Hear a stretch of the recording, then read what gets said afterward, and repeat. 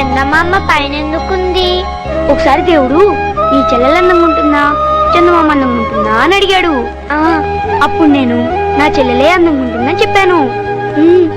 అప్పుడు దేవుడు కోపం వచ్చి ఒక త్రాసు తీసుకొచ్చాడు. అటువైపు నిన్ను ఇటువైపు చందమామని కూర్చోబెట్టాడు.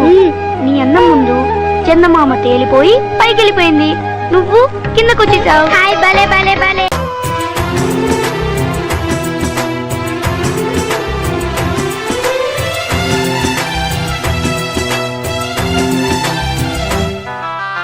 ఏటి గట్టు చెబుతుంది అడుగు మన చేపవేట కథలు, మర్రి చెట్టు చెబుతుంది పంచుకొని తిన్న సర్ది రుచులు,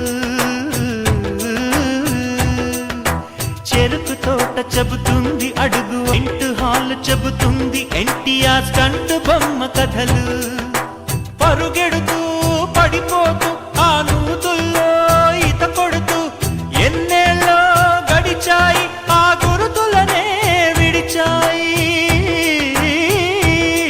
వయసంత మరచి కేరింతలాడే ఆ తీపి జ్ఞాపకాలు కలకాలం మనతోటే.